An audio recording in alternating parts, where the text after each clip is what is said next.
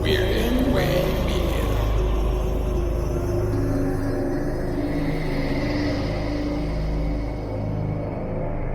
Hello, Twisted Humans. Do you find yourself wanting to know more about the latest murder, conspiracy, cult, or haunting? Then this is the podcast for you. I'm Alicia. And I'm Sierra, and this is Twisted and Uncorked. Hello and welcome to episode 152 of your favorite podcast. This is a conspiracy episode.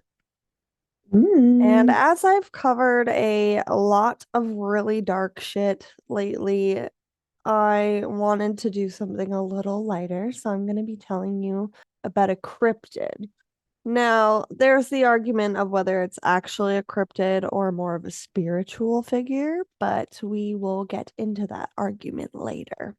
But before we get into this week's episode, Sierra, do you have a fun fact for me? Have you ever seen a picture of, you've seen a picture of Shakespeare, right? Mm-hmm. Have you ever seen a picture of Anne Hathaway's husband? Anne Hathaway, like in real life's husband? Yeah, like Anne Hathaway, the actress, Like her husband. Yeah. No, I have not, but I'm Googling it right now. Adam Schulman? Sure. Okay. So William Shakespeare died in 1623. Okay. And his wife, when he died, her name was Anne Hathaway. Yes. And she wrote to him once, "Life is too short to love you alone in one. I promise to look for you in the next life." Look at a picture of her now husband next to Shakespeare. Like versus Shakespeare. They look identical. They do. And her name is Anne. Oh, Anne weird. Hathaway. That's freaky. It is. He does. He really does look like Yeah. even the eyes are kind of the same. Yeah. Like she looks nothing like Anne Hathaway, to clarify, but like Anne Hathaway looks nothing like Shakespeare's Anne Hathaway. I mean, but that's crazy. Yeah. Aww. So interesting that in her next reincarnation, she found her husband again.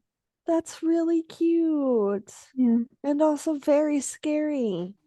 It is. It is a little bit weird. Guys, I will definitely post that because, like, the eyes, I just can't get over it. The nose, like the face shape, everything. All he's got to do is like shave his hairline back a little bit and put on a fluffy collar.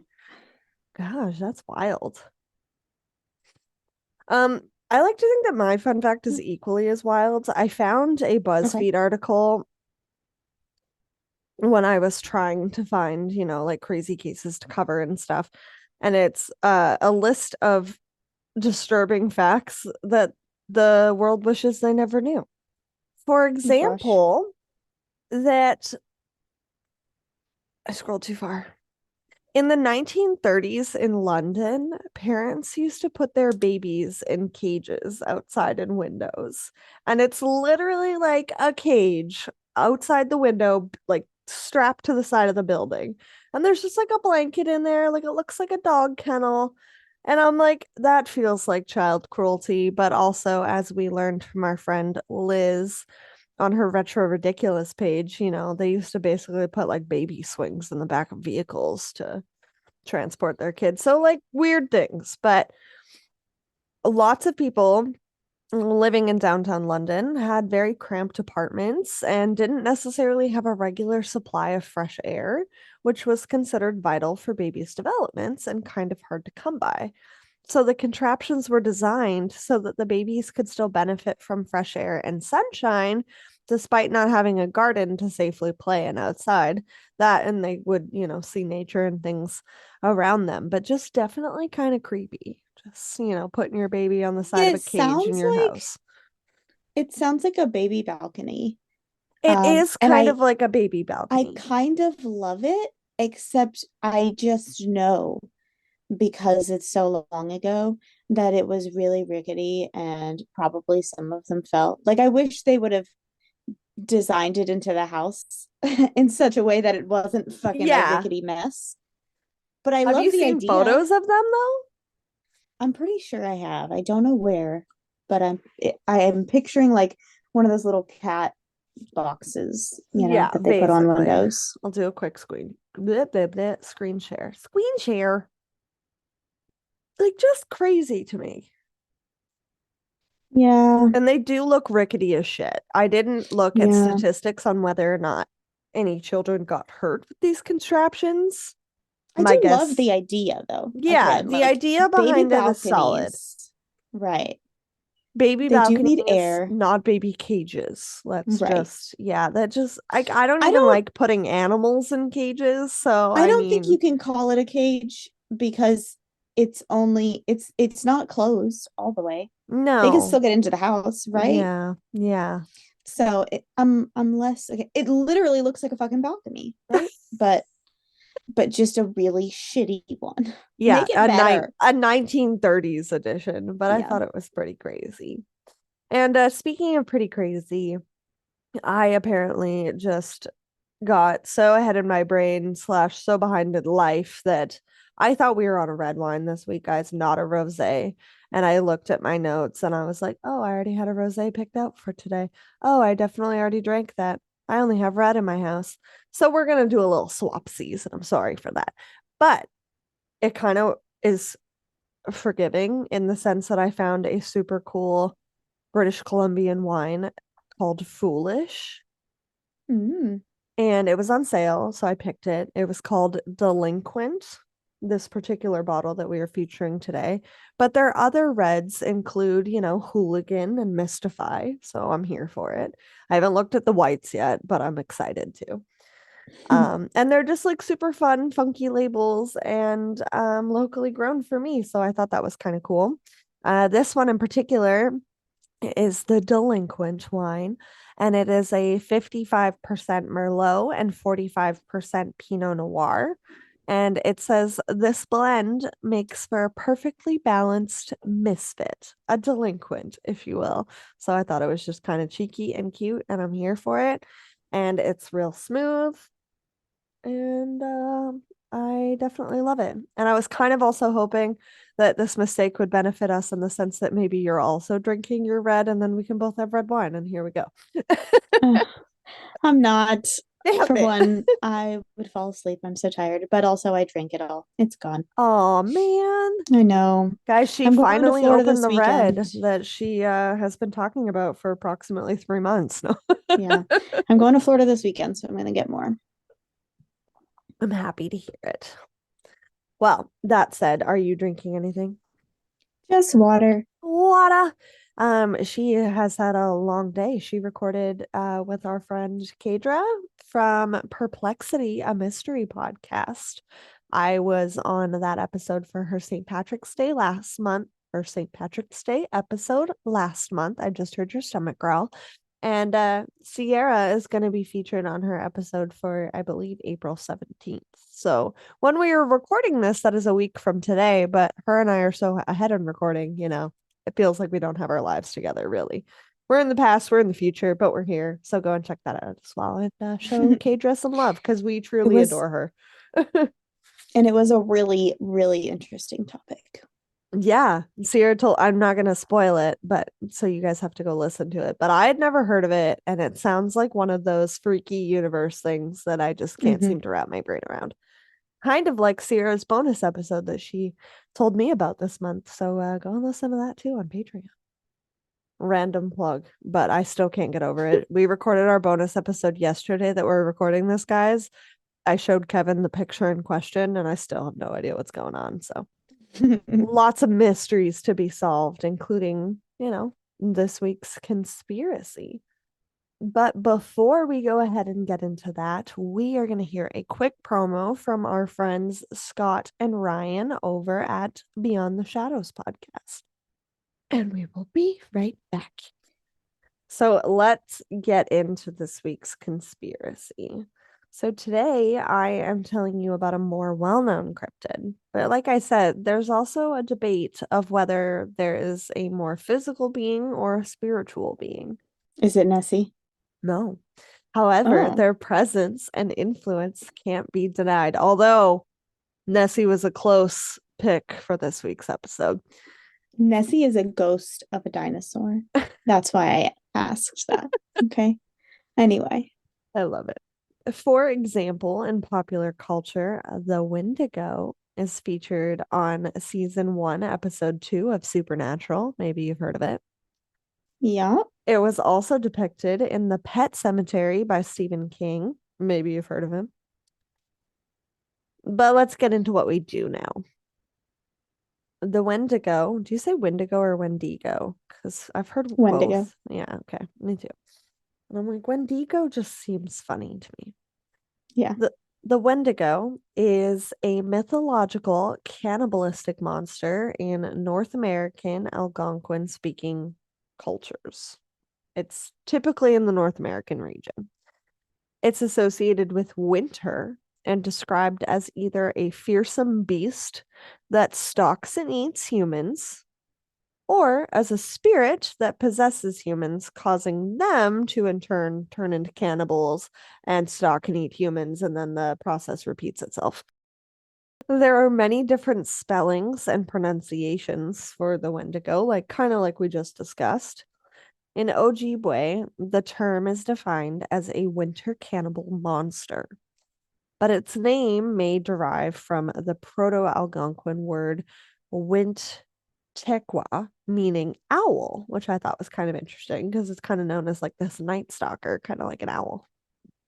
So, what is this alleged fearsome beast, which also like a rude description? Some legends say that the Wendigo is emaciated with ashen flesh, cute, towering at 15 feet tall and only growing taller the more that it eats.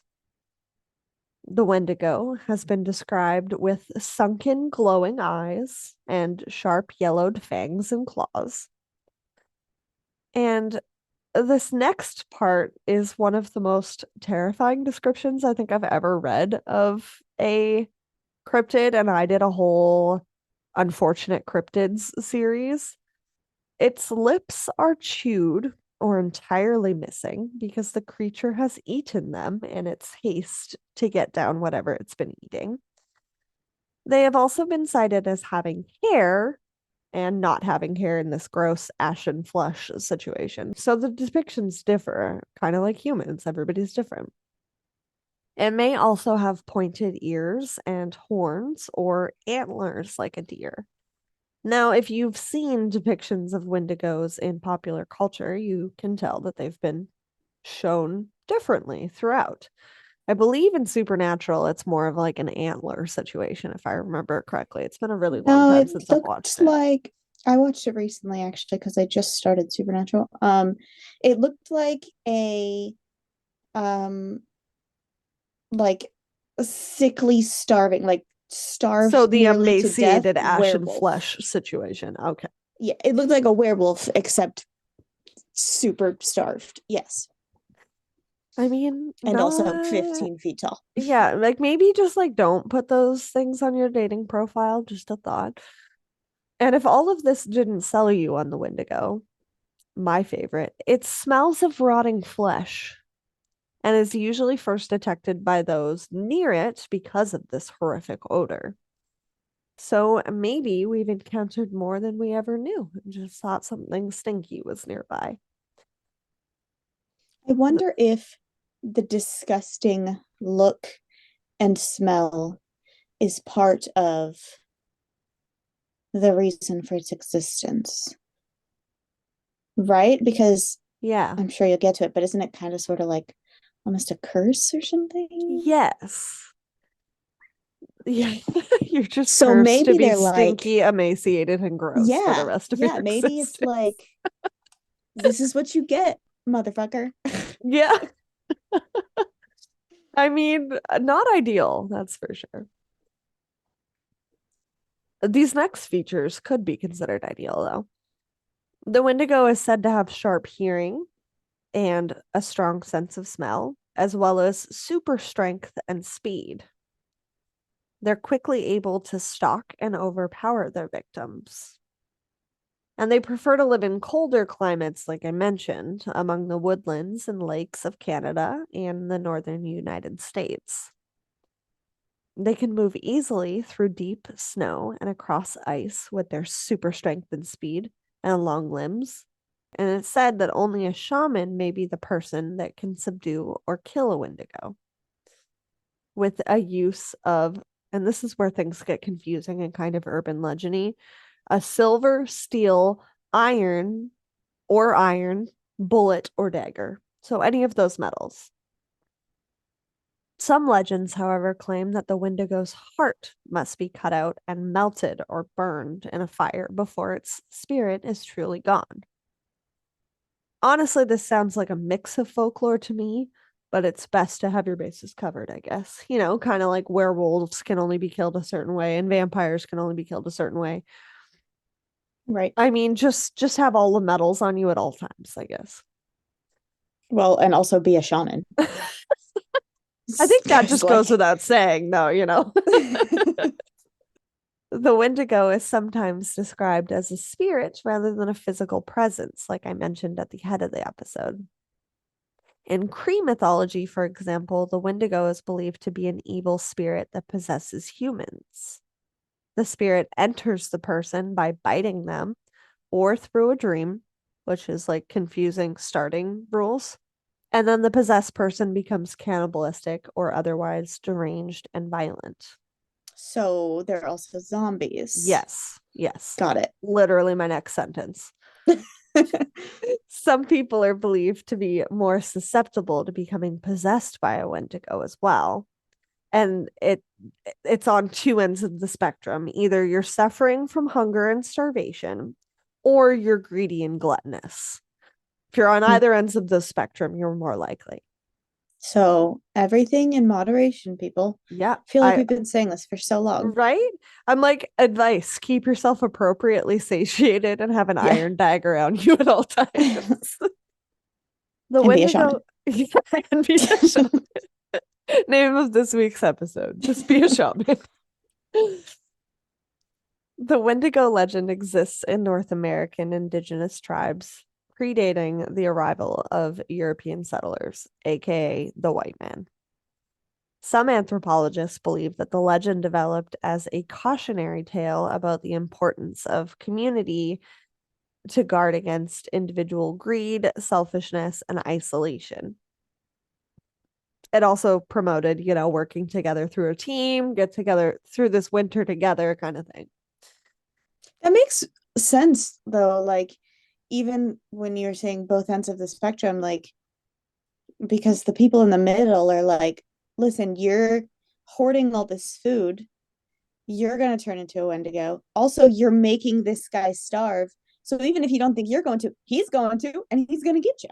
And then we're all going to be Wendigos by the end of this winter. So let's band together, people. It makes sense. Yeah, right. It's all really good advice so far. I don't see anything wrong with this. Why isn't this in like the Bible or whatever everyone's reading nowadays? Wendigos. Total random aside, but I told Sierra recently that I have become obsessed with a comedian named Theo Vaughn that reminds me a lot of her husband, Jesse. And in one of his more recent Netflix specials, it's called No Offense. He was talking about an interaction that he had with Brad Pitt. And it was so funny. They're like, in school, they teach you, you know, what to do when you like get set on fire. You stop, drop, and roll, little buddy. But they don't teach you what to do when you meet Brad freaking Pitt. They don't teach you what to do when you encounter a Wendigo either. Okay. Yep. This is just all. Yeah. I feel like we should start creating curriculums. The world might be a better place. And, you know, all good advice. This was basically the personification of cold and hunger in a time when human survival relied on coming together. But like all good conspiracies, there has to be some truth to it, though, right? Especially considering that there's sightings dating back hundreds of years. Also, the Native Americans knew what the fuck they were talking about. They absolutely knew what the fuck they were talking about. Yeah. All Native American legends, watch the fuck out. I'm just saying. Seriously. The first known written mention of the Wendigo was in 1636, hanging out back then with Shakespeare, in a report by Paul Lejeune, a French missionary living alongside the Algonquin people in what is now today's Quebec. Paul described a woman who warned of a creature that had eaten some of the tribal members nearby and that it would, quote, eat a great many more of them if it were not called elsewhere, end quote. For centuries, Indigenous artists and activists have drawn on the Wendigo legend, both literally and metaphorically, to address issues just in day-to-day life. American writer Louise Endrick poems The Wendigo from 1984 depicts a man trapped inside of a Wendigo who abducts a girl who then in turn releases his spirit because he's abducted this girl and thus released himself of this curse.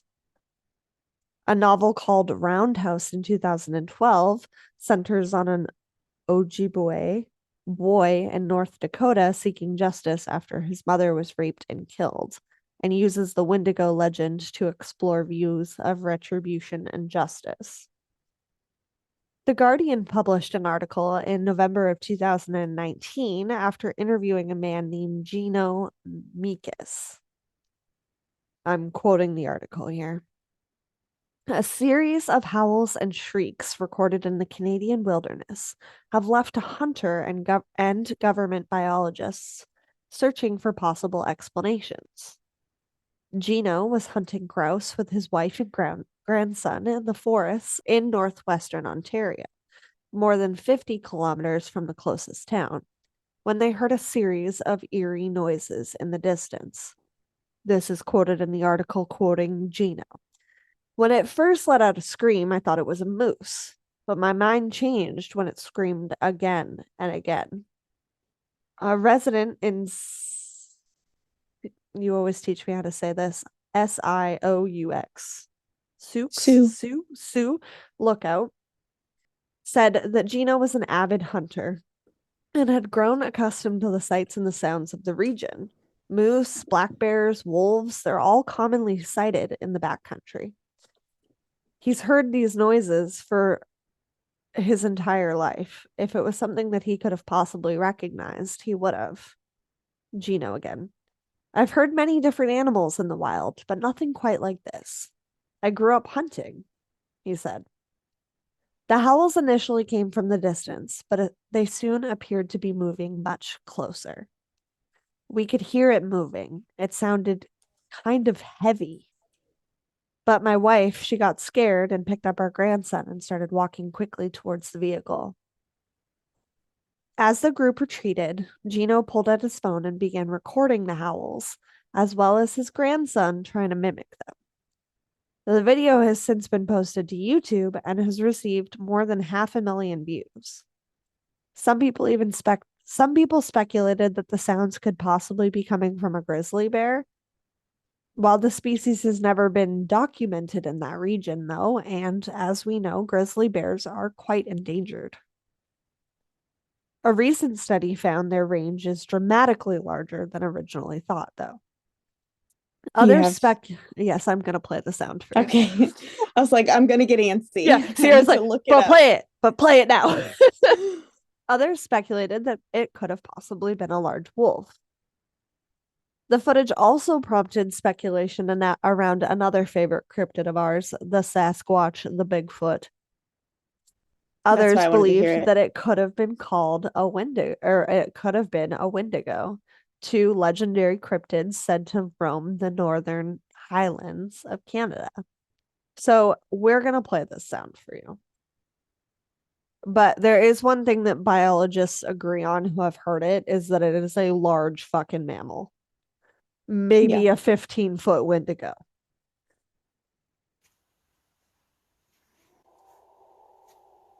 Can you hear that? Yeah. Oh, that's his grandson, apparently. That is horrifying. That is not a Bigfoot. That is definitely not a Bigfoot. I have heard many a Bigfoot. Isn't that haunting though? Yeah.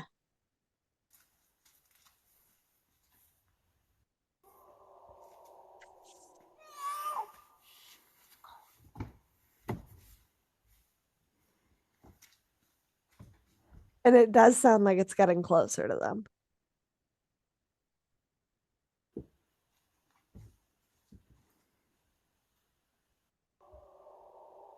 hate it so much. Yeah. Oh, I don't like it. Okay, you guys get the gist. I'm not gonna horrify you for 2 whole minutes, but I literally had goosebumps when I heard it, and I have goosebumps now. I don't know Yeah. what that is. I have watched many Josh Gates shows and series and whatever, as well as the Missing 411 stuff when I covered that. And all of those had the same sound for Bigfoot. That was not it. So if it's not a bear, what the fuck is it? A large mammal, possibly a 15-foot emaciated, stinky creature. We don't know. But horrifying nevertheless. Ugh. I'm gonna hear that song in my nightmares. And because that account came from Canada, I'm going to tell you about an account from the US. This one comes from a girl who chose to remain anonymous and wrote her name as Evelyn. She is 16 years old, and she did have another witness with her as well. The sighting took place in Michigan, in the United States, around Coal Miners Park in November of 2017. Quote, a couple of years back, I was visiting the park in my village with my brother. We had only been there for around 20 minutes when he stopped in the middle of a sentence and looked up into the branches behind an old oak. I heard the branch break and turned around as well. Unfortunately, I only caught the tail of the creature. Seeing a pale, long, and uncomfortably thin leg before it seemed to vanish behind a wide trunk, despite many of the leaves already being gone. I asked my brother what he had seen, but he seemed too disturbed to answer. We decided to get back on our bikes and head home.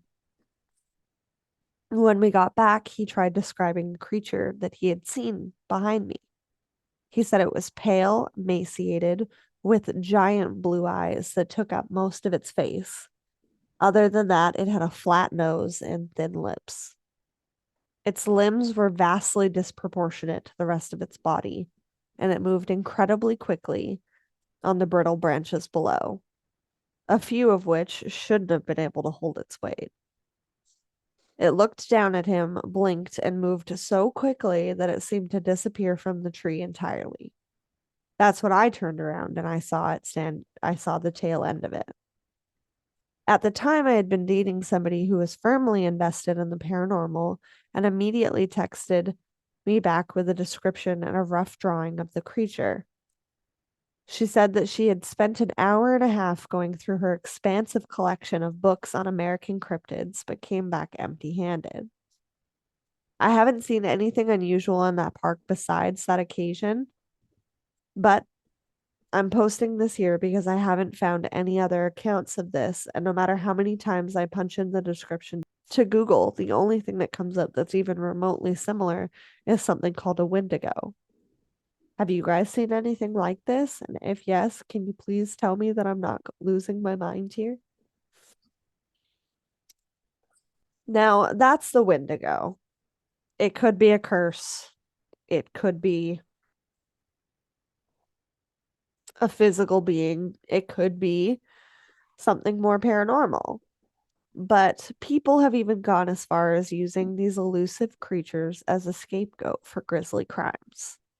Oh gosh. In 1879 in Alberta, Canada, a Cree hunter and trapper named Swift Runner claimed that a Wendigo spirit had entered in his dreams and told him to eat his family.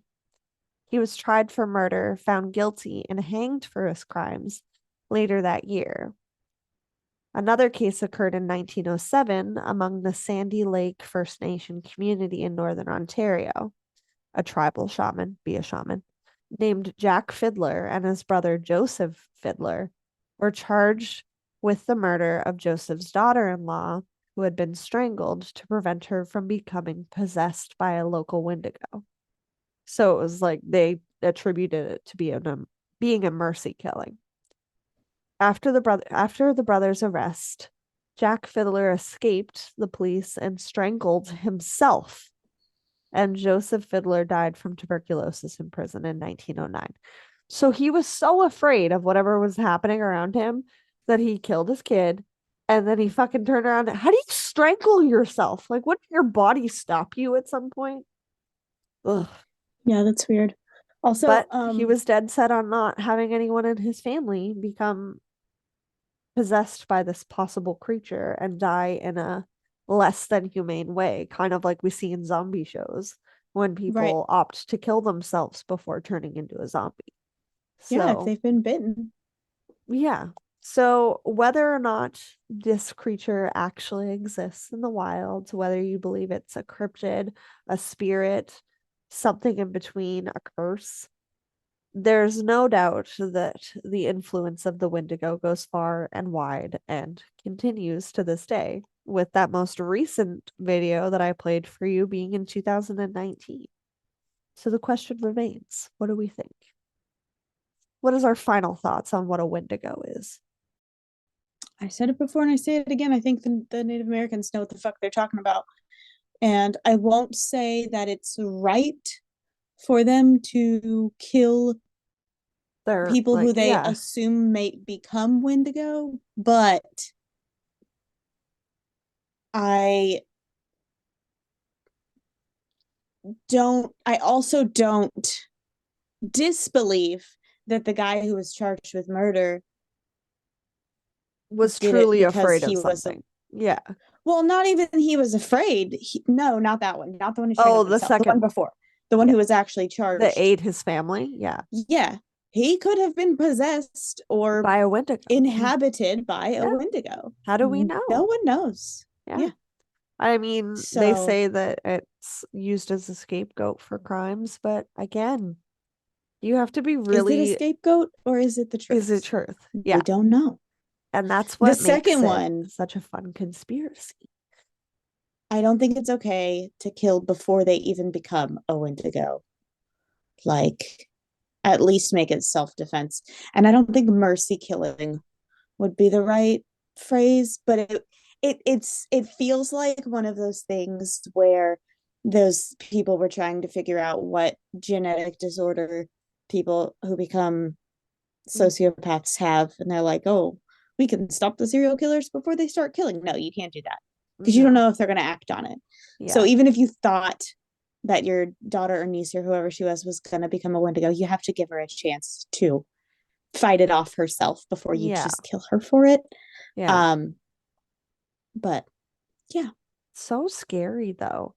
And like the sightings in 2017 and in 2019, like that's why I chose 2 countries, 2 age ranges. Like, this is an elderly man with his grandson in the woods. And yes, that is a 16-year-old girl and her brother.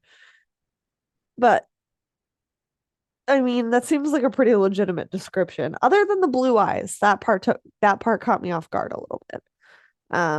I mean, if it was once human, maybe it has whatever color eyes the human had. The human used to have, exactly. Yeah. All it said, really, the most common description is that their eyes are sunken and like glowing. And I think the sunkenness just comes from being emaciated. So right, exactly. I think the moral of the story, whether it's a cryptid or a curse or a zombie or fake, an urban legend, whatever it is, the moral of the story is fucking share your food, people. Like, you can't starve, but you can't make others starve. Yeah. Like, you only need a moderate amount of fucking food. Okay. To survive the winter. Exactly. Keep your fellow people safe from becoming a Wendigo, because that really benefits all. I mean, if you got a Wendigo in your tribe, you're probably going to eat everyone. You know what? I don't even mean just in tribes. I mean in the fucking world. Yeah. You know what really bothers me is when bakeries and places Throw out food. throw away stuff because it's not going to be good tomorrow. Like fucking give it to somebody. Yeah, It's not that hard. I completely agree. Ugh. When I worked at the restaurant, I used to, instead of throwing away all the loaves of bread, I used to put them in a bag and I used to like drive them to like a homeless shelter that's near my house. And it's like, yeah, it's just sourdough bread, but it's food for somebody. So, I mean, I don't agree with wasting food either. It drives me nuts. But I don't know. All in all, spooky. That sound is going to haunt my nightmares. If anyone else has ever come across another possible sound of a Wendigo, please send it my way because I could not find anything Because other you don't than want this to video. sleep ever. But I need something to compare it to, you know? Like I've never heard that Yeah. sound before. Yeah. I will end on like a funny anecdote. When my husband's uncle was still with us, he lived down by a lake in Chilliwack, and we heard like the weirdest noises I've ever heard in my life. Like it sounded like somebody was down by the water on the beach in like horrific pain. And we were trying to Ooh. find like noises of animals in the area, and we came across a video of a beaver distress call, or like calling out to its family, like had lost its family, and it sounded very similar. So I mean, Interesting. but even with this one, like biologists were involved and nobody can come to a consensus on what Yeah, that I don't noise think is. we're So gonna figure it out. no. Um, No, definitely but not. still interesting. Yeah, I hate it. But Yeah. surprisingly, not a lot of information about Wendigos other than like indigenous legends and like things Mhm. that we see in pop culture, but definitely spooky. So if you smell rotting flesh in the woods, maybe like haul ass out of there. I think that's good whether or not the Wendigo exists. Like, If you see don't emaciated hang legs around. peeking from behind a tree, get the fuck out of there. Be I a don't know. shaman. Yeah, be a shaman, get a shaman friend, do what you need to do. But like if they're 15 feet tall, like my little ass legs aren't getting away fast enough. Let's face it. Yeah. Neither are yours. Nope. But I hope you guys enjoyed this week's story. I hope it was lighthearted and spooky enough that it was a little palate cleanser from all of our dark stories that we've had lately. And if you like the show, friendly reminder to be like our twisted human Samantha, who says, check them out. Seriously, I'm not joking. They are the best. Crazy Shelly had me wanting more, and I promise you will not be disappointed with these girls. So thank you so much, Samantha, for leaving that nice Thank review. you. Thank you so much to all of you guys for listening. Like I said, if you're craving some more twisted content, you can check out our Patreon page where you can learn about this mysterious photo that I told you guys about. And go and check out Sierra on Kedra's podcast. And yeah, do you have something fun or happy or that you're thankful for right now, Sierra, before we end off for the week? No, just a warning. I don't know how long it's going to be, but Mercury is in retrograde. Mercury's in retrograde until I believe April 26th, if I remember reading this correctly, which I Okay, think so it is might be right out by the around. time. So next week is episode 151. No, Mercury is still going to be in retrograde when this episode is released, guys. I'm sorry. For how long? For 4 more days. Okay, my happy is Mercury is out of retrograde in 4 days, guys. You can make it. We got this. We were struggling. Like my yoga teacher, she was just like killing herself with her lefts and her rights. And she's like, grab your knee. I'm like, excuse me. And she's like, I mean your foot. And like, just like, she's just super quirky. And I was like, if you Oh can my grab your gosh. knee, more power to you. But she was just stumbling throughout the class. And then I was like, is Mercury still in retrograde? And like 3 people in the class are like, fucking yes. Yeah, it So, is. yeah, guys, I think that's why me and Sierra have also just been so blah. I texted her that before I left, and maybe why we're both like extra emotional, that and just shit in life and that kind of stuff. So Yeah. that's why we like to end our episodes this way, because we ran out of things to tell you that happened in history, and it's just nice to be thankful and happy about something. We're making history right now. Absolutely. My something happy is that my husband is super cute and he made fresh pasta. Like he spent 3 hours rolling out pasta today with a Mhm. fucking rolling pin and cutting it by hand for our dinner. And I thought that that was very sweet. That is very sweet. So that is my something super happy. That, and I am really enjoying the book that I'm currently reading, The Silent Patient. As we've been talking about, I'm not as far into it as I would like to be because I forgot it here and I had to read another book while I was on our trip, but we'll talk about that on Bitch and Wine. And yes, we'll talk about it when I get there. So yeah. Pick up a good book, be cozy, eat some pasta, be thankful that we're surviving this fucking retrograde, and we will see And be you a next shaman. week. And be a shaman. We will see you next Goodbye. week for Sierra's disappear? No. Unsolved. Unsolved. We will Yeah. see you next week for Sierra's Unsolved episode. And in the meantime, keep it twisted. Twisted and Uncorked is a proud member of Weirding Way Media. Hosted and produced by Sierra Zorn and Alicia Watson.